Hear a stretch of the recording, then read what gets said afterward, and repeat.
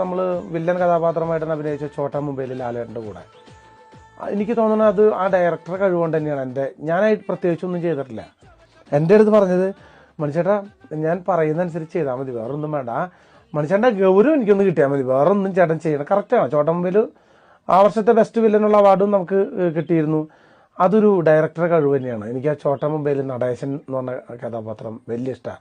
അതിൽ നമ്മൾ പറയുന്നുണ്ട്, നമ്മൾ ആ അപ്പൂപ്പ ഇവിടെ നിറഞ്ഞു കിടക്കുന്ന ഗുണ്ടകൾ പറയണ മാതിരി പറയില്ല, നടേശൻ കൊല്ലുന്ന് പറഞ്ഞാൽ കൊല്ലൂട്ടാ. തനിക്കറിയാമോ, ഞാൻ വളരെ താഴ്ന്ന നിലയിൽ നിന്ന് കഷ്ടപ്പെട്ട ഇതുവരെ എത്തിയത്. ഇപ്പൊ പറയാൻ കൊള്ളാവുന്നതും കൊള്ളാത്തതുമായ ഒരുപാട് ബിസിനസ് ഉണ്ട്. CI മോഹൻദാസ് എന്നോട് മെക്കെട്ട് കയറാൻ വന്നോണ്ട് അവനെ കൊന്നത്. ഇനി അതിനെതിരെ താനും കൂടി കോടതി സാക്ഷി പറയാൻ പോണ്ട. അങ്ങനെ എന്തെങ്കിലും സംഭവിച്ചാൽ ആദ്യം ഞാൻ കൊല്ലുന്നത് തന്നെയായിരിക്കും.